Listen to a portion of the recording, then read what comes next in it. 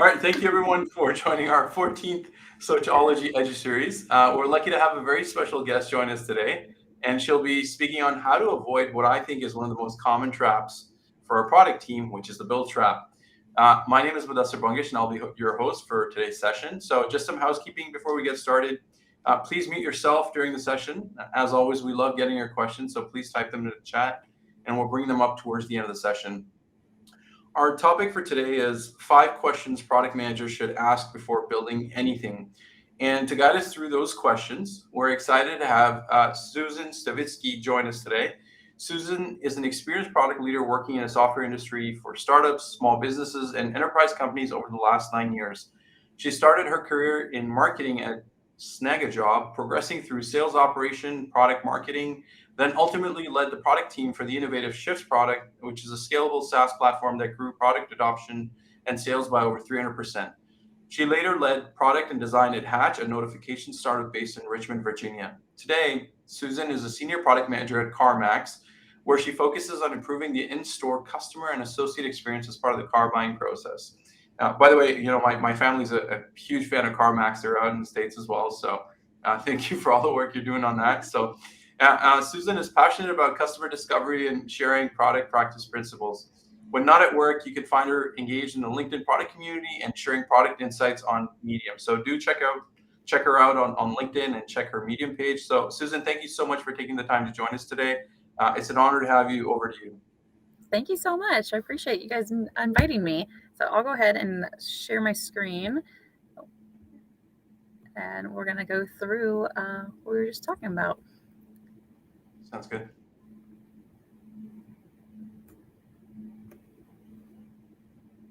And I apologize. This is just taking me a minute for some reason. No worries.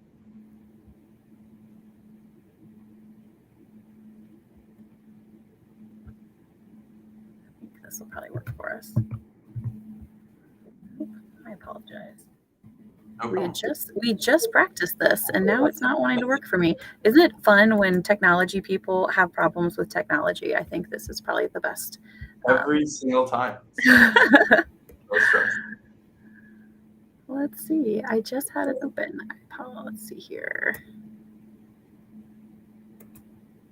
There it is. Wow, that just took a minute. All right. Hopefully you guys can see that. So thank you again for having me so much. So I agree with you that this is one of those things that as product teams evolve, it can be one of those situations where as a product manager, you quickly go, oh, I have to build something. In order to show that my team is successful, to show that I am successful in product, we have to be building. And yes, you are a product manager for a software team and you need to be producing software, but it can be tough if you're just continuously building without first going, wait, is this the right thing to build? And this has been something that I've used at all of the companies I've worked at, of just taking a couple steps back and asking a few questions to yourself or your team or even leadership before you get started on building to make sure that you're building the right thing. So we're going to go through that today. You did an awesome intro for me. Appreciate that. As mentioned, I've been working at a bunch of different companies, from small startups with one product team, medium-sized companies that have 5 product teams, and now I'm at CarMax where you have 60 plus product teams. And it's been really great to just see how product is different, but also the same, regardless of size, customer, industry. And these questions have certainly helped me throughout all of my journey with product. But before we get into the questions itself, one question to ask is just, why do we build things? Why are we building the software that we're building? What's the purpose for our teams to be here and for us to be building things? Want to put you on the spot and see if you have any ideas, Mr. Sir? Well, I mean, I think, like you said, right, a lot of times it's because we're asked to build things, but essentially we're trying to solve customer problems, right? Or address customer needs. That should be our primary goal of why we're building things. I love it. That's where your head at. It's exactly right. We just a couple of reasons, first and foremost, to solve problems. I think product teams and product managers were just natural problem solvers. And the reason that we want to build something is we want to solve those problems with software, ideally. We also want to help people. So we see people struggling with problems. How could we build something that could help them? And then ultimately, at the end of the day, we work for a company or we own a company or we're building a company. We want to drive business value. So these are all really great reasons why you would want to build something. But how do we know it's the right thing to build? So we want to do that. We want to solve the problems. We want to help people. We want to drive business value and hit those business goals. How do we know that this is actually the right thing for us to build? So the first question we're going to ask, and this is the one I'm probably going to spend the most time on, I think it's my favorite one, is are you actually solving the problem, or are you just in love with the idea? And a few of us may have been in these meetings before, right? You're sitting there and you're talking about a problem, and someone comes up with this amazing solution, and the whole room is just in agreement. Yes, we should build that. Well, maybe, right? Like maybe we should build that. It could be a really great solution to the problem, but we don't know. We kind of just came up with it. And now we're all excited, or we heard about it from somewhere else and we think, oh, this would be something that we should do too. So it's good to take a step back and say, really great idea, but is it actually solving the problem that we need to solve? A few red flags, like I just mentioned, is this an idea that just came up during a meeting? I'm not saying it's a bad idea. It could be a fantastic idea, but you need to go validate it and make sure that this idea does solve that problem. Is there a push just because we want to sell something? A lot of times, the sales team might hear from a customer or be running into a blocker when they're trying to make a deal, and they're like, "Hey, we need to build this so that I can get unblocked. I could sell this. This could be a really great opportunity for us." It could be a really awesome opportunity, but is it the right thing to build? Is it just because our competition has it? This happens a lot, right? You hear about your competitor rolling out a new feature or a new platform or whatever it might be, and instantly everyone thinks we should do that too. Maybe, again, might be a great idea. Maybe they did solve a really great problem that we haven't got a chance to tackle. Let's look and see what they're doing. Or maybe not. Maybe this isn't actually great for our problem space. And the fun one is, does it just sound cool? I would say in the product world and technology world right now, there's a lot of really cool sounding things going around that people get excited about. They're like, we should build that too. That sounds so cool. I want our product to be on the cutting edge of this technology as well. Of course, that would be great. But what is it really benefiting to the business and to our customers if we were to build something like that? Or are we just adding something cool to our portfolio, which is not a bad thing, but maybe we should revisit our priorities. Yeah, I remember when chatbots became a thing. Yes. 5-6 years ago, everybody was just like, "Oh, add a chatbot." We have to have a chatbot. Have to have a chatbot. I'll add one more to this, right? I think another one is, did something trickle down from senior leadership, right? That tends to happen a lot, I think, as well. Somebody upstairs has a brilliant idea, and maybe they are part of that meeting, and they're just like, "Okay, well, this is what we should do," but is it really solving a problem, or is it just a cool idea, right? So. Yep. And some of those cool ideas have great problem solving. It's just we need to go out and make sure that that's actually the case. Absolutely. So I'm going to walk you guys through an example that happened to me that kind of fell into this category that we had to take a step back and say, wait, should we actually build this? When I was at the startup that I was working at, we were a notification platform for the home improvement space. So think if you needed to get any work done on your house, maybe change your windows, get some new carpet, a roof, whatever it might be, you're going to find a vendor or a company that could do that work for you unless you're incredibly handy. And you're going to reach out and try to set an appointment to get a quote of how much is that going to cost me, and make your decision if you wanted to work with them or not. We had a competitor named Podium who always had just these really cool features, and they were always, putting out things on their website of, oh, we can do this now and all that. So we got a lot of feedback. This is when I was at a product team of one at the whole company. So it came straight to product. Why don't we have this? Why can't we do this feature too? And one of the features that came about was this idea of auto replies. So think customer text messages into the company or emails into the company and says, hey, in this case, this is probably like a doctor's office or something. Do you have an appointment for next week? I'm hoping to get my son in. And Podium was claiming that they could auto reply to continue that conversation. And so our sales team was like, we need auto reply, just hands down, no questions asked, build auto reply. It sounded so cool, right? Like, oh, you're right. Like if somebody reaches out for an appointment and we could automatically reply and get them started, that would be really great. Our company at the time had not done anything with, AI or reading of conversations or anything at that time. And so in my head, I'm going, wow, like if we do this, this would be a pretty large technical challenge. Super cool. We certainly could prioritize this if this is the biggest problem that we want to solve. But is it? Is it the biggest problem we want to solve? Is this actually going to solve the problem that our customers have? And we said, okay, let us take a step back. Let us go do some discovery. Let's go talk to some customers and see what they think. And so we went and talked to a couple of our customers who were very familiar with Podium, or even transitioned to us from Podium, and said, hey, walk us through how you respond. We didn't start with auto reply. We said, walk us through how you respond to common questions that you get. Are you guys asked, the same question over and over again? What do you do there? Like, oh, all the time. We always are getting the same question of, hey, we're looking to get a quote, or do you have an appointment for this weekend, or whatever it might be. I'm like, oh, great. Okay, so you're familiar with these common questions. How do you respond to them today? And like, well, we have canned responses that we send back so that everyone is really saying the same thing when we're replying to these customers. So of course, in our head, we're like, oh, it's like an auto reply. And we're like, how are you doing those canned responses today? Could you walk us through that? And so the customer actually shared that they had a Word document where common questions they had and responses were written in that Word document. And so their workers were actually getting the text messages into our platform, going to the Word document, finding the right response, copying it, and pasting it. Again, still feels like a great example of like, okay, if we could just auto reply, this would be fantastic. Maybe this idea has some legs. We should do it. And so we said, okay, well, what do you think is the biggest obstacle with the current workflow that you have today? And they said, well, it's really that copy paste, right? I have to take the time, I have to leave your product, go to the doc, find the right response, come back, paste it in there, and continue the conversation. We're like, all right, well, what would you think if we could do that for you? What if you could just get the question and that response would automatically send to the customer? And they stopped for a minute and they thought, like, we wouldn't like that. Why? Like, why not? Right? Like, you're doing that. Like, what if the system could just know and do it for you? And because even though we have common questions, they're always phrased a little differently. And this is, a great problem for like AI to solve. But at the time, we did not have that kind of system set up. Yeah. And I mean, this was, 4 or 5 years ago. So like there was people working on it, but not to the extent that we would need.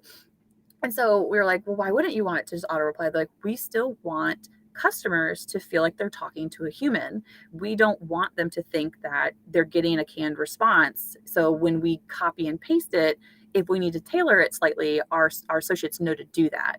And so it gives them the starting point of the conversation, but it doesn't send it automatically. And we're like, okay, so the problem isn't the time to like get the messages out the door. The problem is accessing what message should I send. And you're keeping all of this in a doc on the side. Like, yeah, if we could not have the doc, right? If that could live in your product, that would be great. Like, because then we could everything would be right here. Well, we could do that, right? Like, we could do anything. So we're like, okay, let's build that. And so that's what we did. So we said, okay, let's build a way for us to store like a suggested response. We're not going to send it for you, but it would be a way that you could put everything that's in that Word document directly into the product. And when you're having a conversation with the customer here, and you know that, oh, this person's just gathering quotes, for instance, I'm going to just populate the gathering quotes response, tailor it a little bit for this customer, and be on my way. So it doesn't save them all the time as like an auto reply, but this was a feature that would significantly save them time because they never had to leave our product now.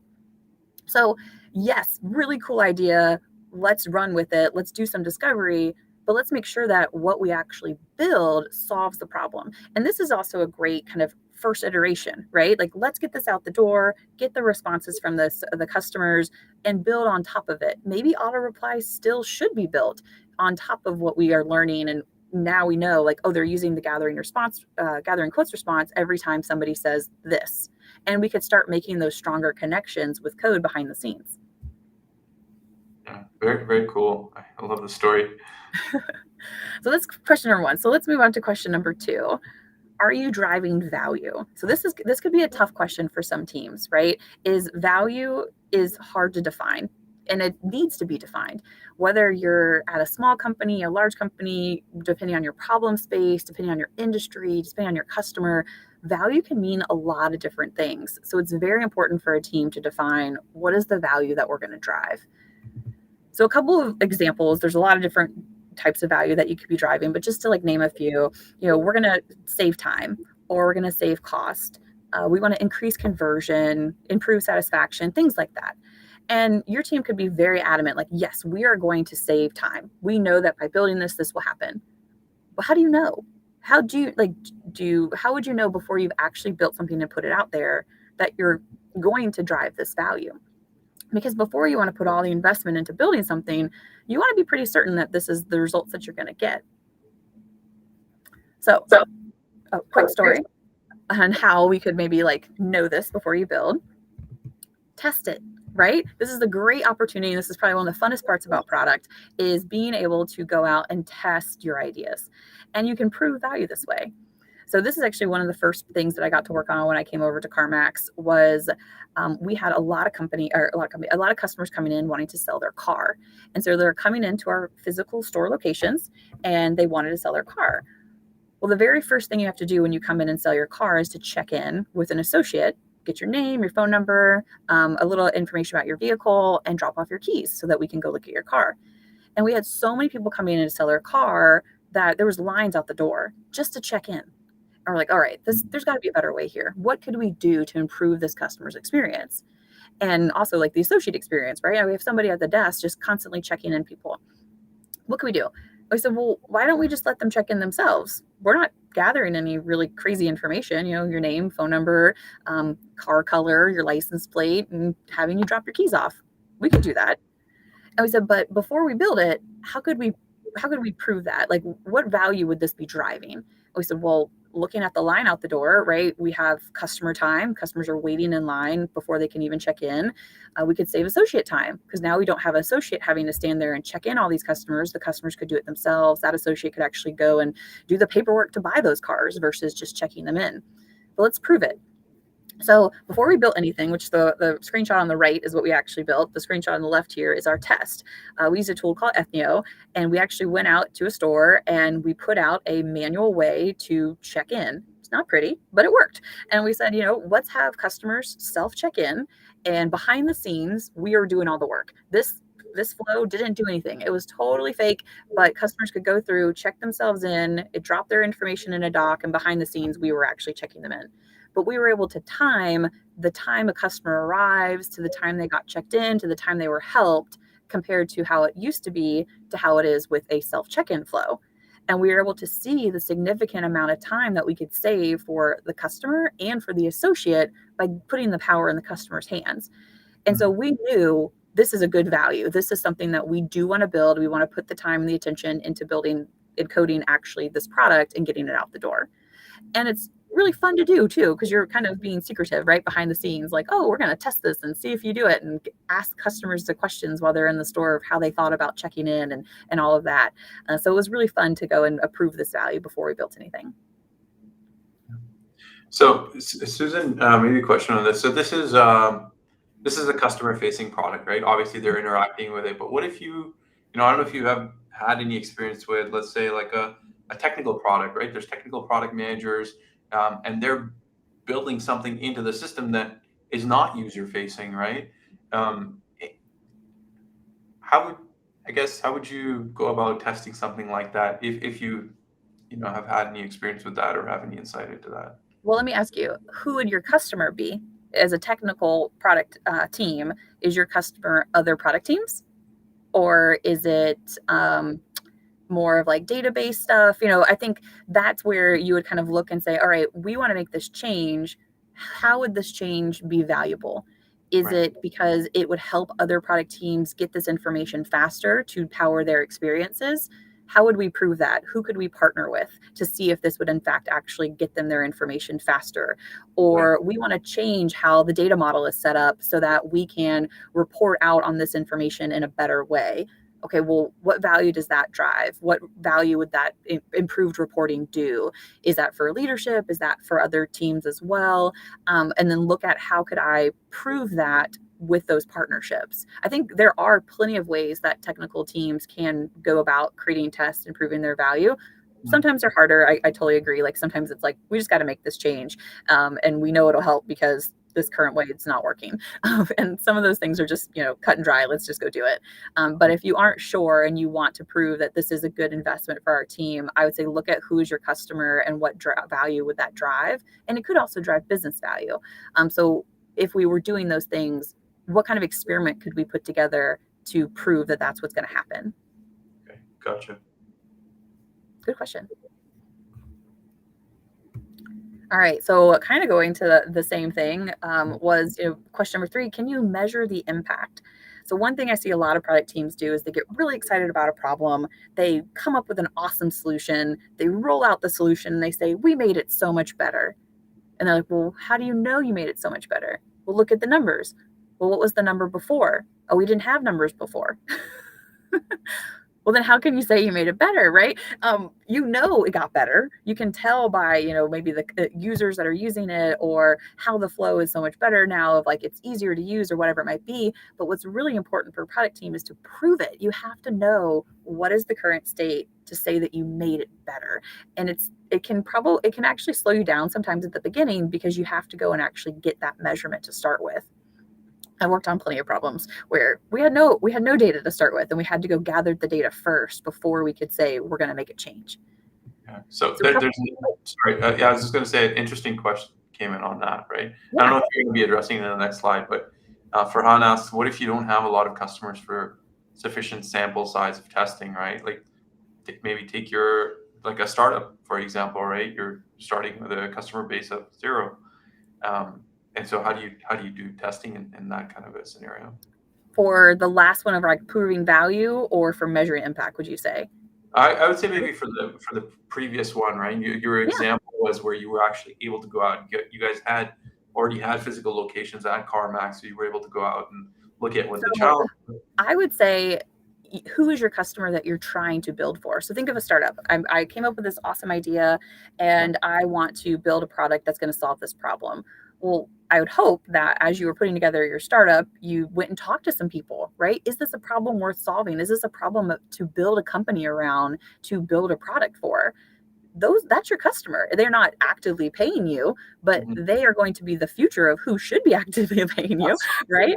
So those are great prospects. And you can go out and talk to them. You can talk to just everyday people. So think about there's plenty of test tools out there. There's like usertesting.com and userfeel, and I mean, you can just go out to like general Facebook groups if you really wanted to, and find people that have this problem, and go say, hey, I think we could solve this problem. Would you be willing to give me some feedback on what we're working on? Plenty of times in my career, we've gone also like door to door. I used to work for a company where we were doing staffing tools, and we went out in the city and just walked into stores and said, hey, we're thinking of this idea. Do you have 5-10 minutes that we could show you something just on a piece of paper and get your thoughts on it? And they're like, sure. And as soon as we did that and we kind of showed them what we were doing, they're like, wait, where do you work? Could we buy this? When are you going to build that? And so you can get really good feedback really from anywhere. You do have to get a little creative sometime. I don't know if you can like walk into any store and ask that question. Luckily, we had a couple people who were very open. Some people didn't want to talk to us, and that's totally fine. But you can definitely get creative. There's a lot of different tools out there where you can find user bases that you could put some things in front of. Especially like if you put together a prototype, a lot of those online tools, you can post your prototype, say the type of demographics of people you're looking to go through it, and post your questions, and just have everyday people go through a prototype and give you feedback. And that can be how you're proving value, is by the questions that you're asking as they're going through your prototype. Awesome. Thank you. Yeah, that's a great question. So thinking about measuring. So in that case, you don't have any measurement to start, right? You might know that like, okay, this is a problem in this space that no one is solving, or maybe somebody is solving, but we don't necessarily agree with the solution. What does that problem look like? Is it kind of hurting time? Is it hurting cost? Like, what is the complaint that customers have, and why we want to go solve that? If you're working with an established company, an established product, you might have some measurements that you can go ahead and lean on. So a couple of examples and maybe some problems. These are super high level, but like some problems that you might run into, right? Oh, your product is slow. It's a pretty big deal, right? Customers expect things quickly. And if they're mad that things are slow, we need to speed that up. We might need to put some time and resources around this problem. Well, how do we know it's slow? Is it your average response time? Is it our load time? What are some measurements that we have around the product today that we can say we want to improve these numbers to show that we are making the product faster? This workflow is confusing. I don't like it. How do we fix it? Well, a couple of things that might tell you that this is confusing. It's taking someone a really long time to get through it. maybe it's a checkout flow. Maybe it's they're building something within your product and it's just taking them a really long time. Dive into maybe where are they getting stopped or blocked, and figure out how we can speed that up. Or the abandon rate. Are they just getting fed up with it and they're leaving? You don't want that. You want your customers to finish out, especially if it's a checkout flow. You want them to finish the work that they're doing inside of your product. So how do you go after that abandon rate and maybe make that lower? And then I love this one, right? You hear it all the time from support. Like, people just don't like this. Okay, that's really great feedback. Why don't they really like it? How do we know they don't like it? Oh, we're getting a lot of support tickets about this feature or this part of the product. We need to decrease the amount of support tickets. Or even, if you want to go high level, NPS score. It's people have a love-hate relationship to NPS score, but if you say, I just want people to have a more enjoyable experience working with our company, and we're going to put this plan in place around that, NPS score can actually be a really great measurement that you could drive towards.